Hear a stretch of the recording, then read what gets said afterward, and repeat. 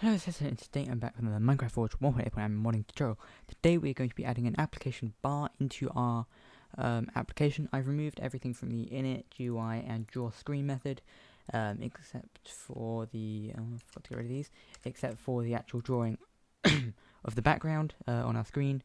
Also want to get rid of this real quick. We will need that later on, but we don't need it now. But yeah, what we're going to do today is just add the application bar.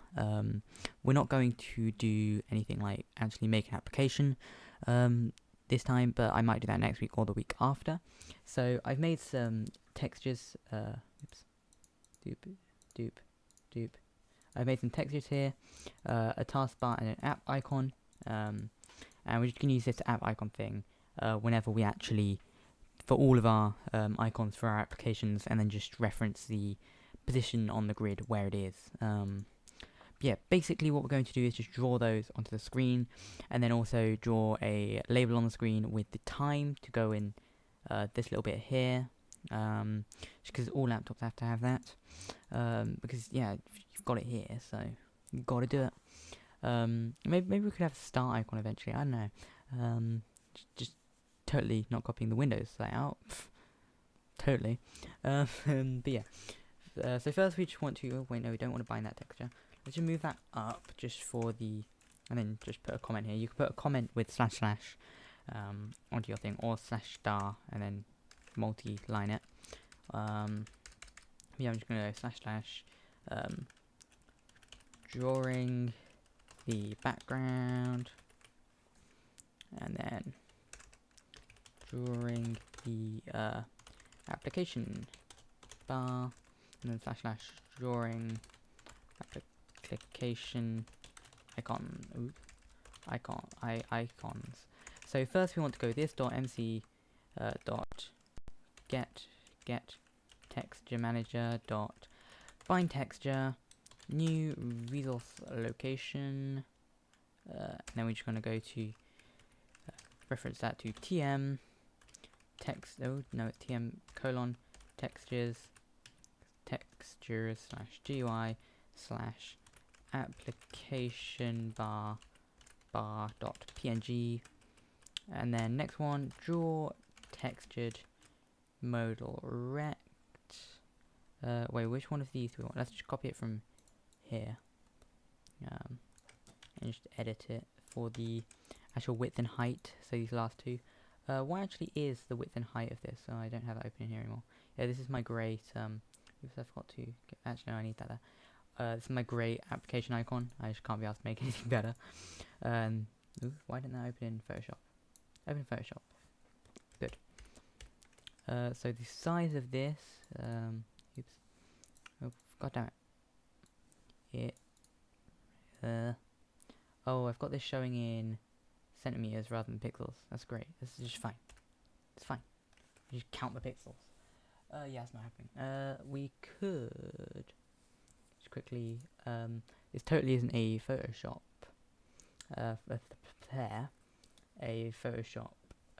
whatchamacallit, tutorial. Okay, so the width of my texture is 176 by 17 pixels. So just change that to 17 there. And that's going to then render that, that's going to render it as 0, on our screen, isn't it? Yeah, it is. No, it's going to render it in the center of our screen. It's going to render it in the same place as this. So then we're going to want to keep this like this. Then we're going to add, what are we going to add to the Y? Let's add like 166 minus 17. So that's 100 and I can't do maths when I'm not in school, it's okay. 166 minus, I'm actually typing this into a calculator, that's sad. 149, 149. I just can't be bothered, okay. And then the X position's going to be the same. Hopefully that's correct. That might be wrong completely. But yeah, that should be okay there. We can change that later. If it's wrong, we can change it. And then here, we're going to just copy and paste this again, and change this to icon, we want to keep that the same. I'm pretty sure we actually want all of this to be the same for it to just render at the very left. Let's just give that a little test run real quick. So I've changed up the positioning a little bit and changed this to say taskbar, because that's actually what this file is called and not application bar.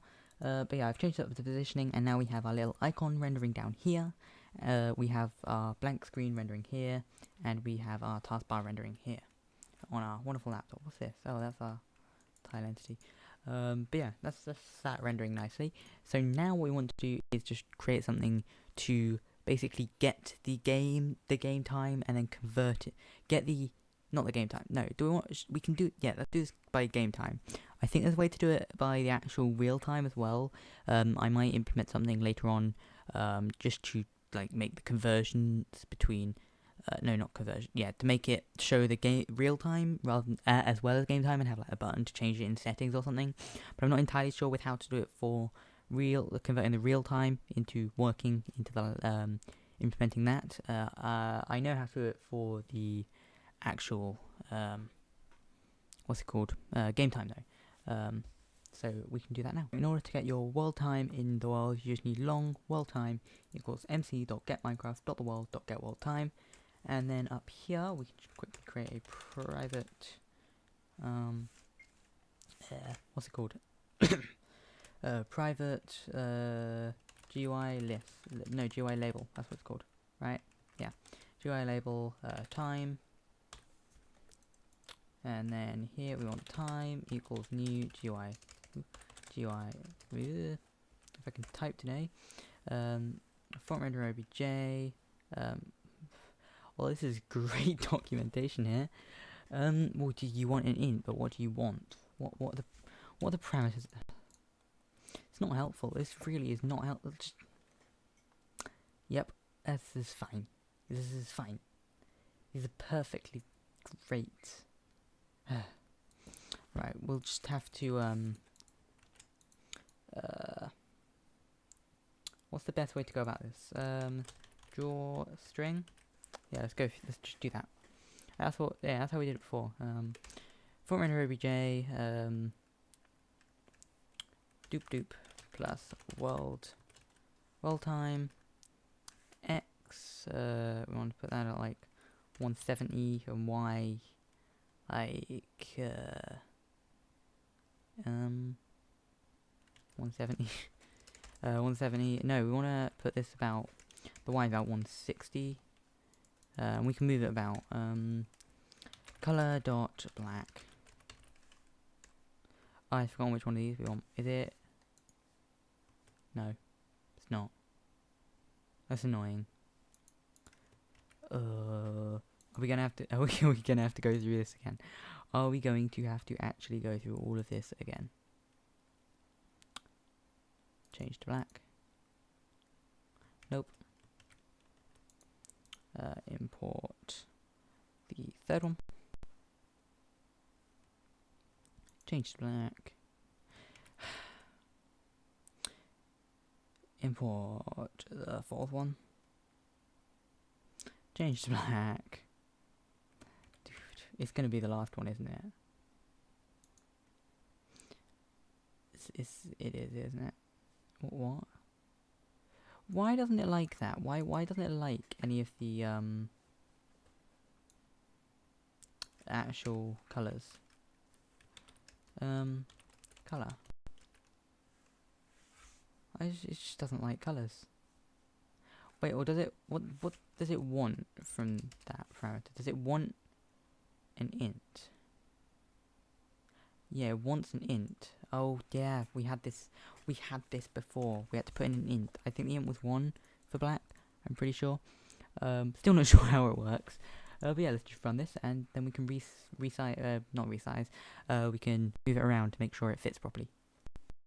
As you'll see from this method, if you put it into the right position to actually render here, for a start it's horrible because it's got a shadow, but I can't get rid of that, unfortunately.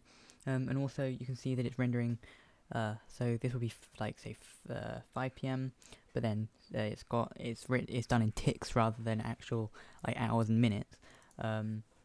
So we can create a new class. Actually, let's create a new package first. .utils, and create a class called time util. And then we can just put a method in here. Just this method here. It gets the time. What it does is it gets the game time, and then it sets hours equals game time divided by 1,000 plus 6 minutes. Game time 1,000% of game time times 60 divided by 1,000, and then AM or PM, depending on whether it's before or after 12. And yes, it's actually pretty nice.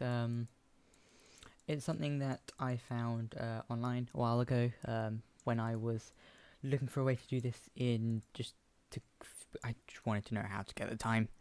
But then, yeah, I stumbled across this, and it's a pretty nice way of doing it, and I think it works pretty nicely. So what we can do here is just time util, just Control-Shift-O to import that, .pass time, and then the time is, oh wait no, I accidentally got rid of the world time.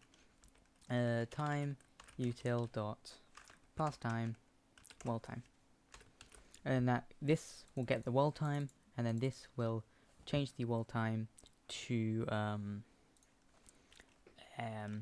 what should I call it time.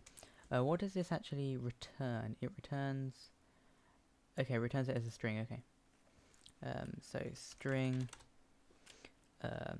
converted time equals this, and then we can just put converted time in here.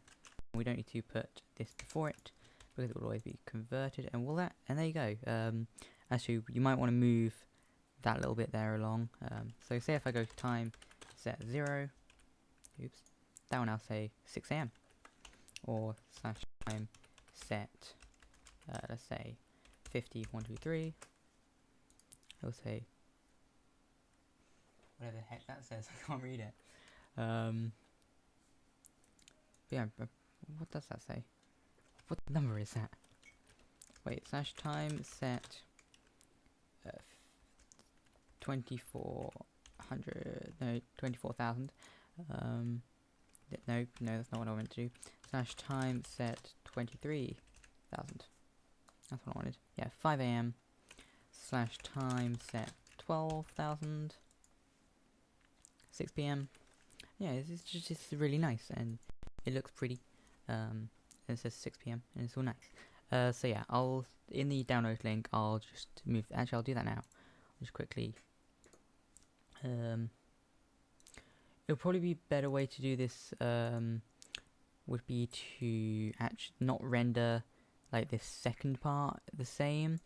Actually, no, that wouldn't. Yeah, it wouldn't make much of a difference. So actually, ignore me.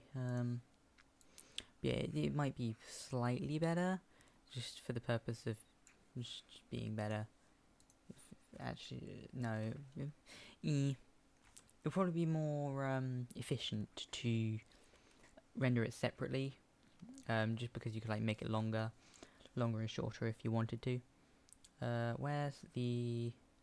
There it is. Eyedropper tool, and then just fill that in real quick. Boop-a-doo, do. Let's save that. Then go to here, refresh that. Oh, what are you doing? And then go to here, and that won't render differently as you reopen it. But yeah, download this link in the description. If it's still like not the best positioning, then just leave a comment and I'll change it up, or you can change it up yourself.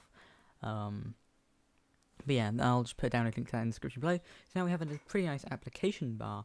Okay, so that is it for today, and next time I'm going to go into maybe making it, like, say when you hover over it, it will like overlay it with a different color, making it clickable, maybe adding applications next time, or maybe we'll leave that to the time after that. Never know, maybe next time alongside that though. But yeah, thank you very much for watching. Definitely like, comment, subscribe for more. Stay back, and I will see you next time. Goodbye.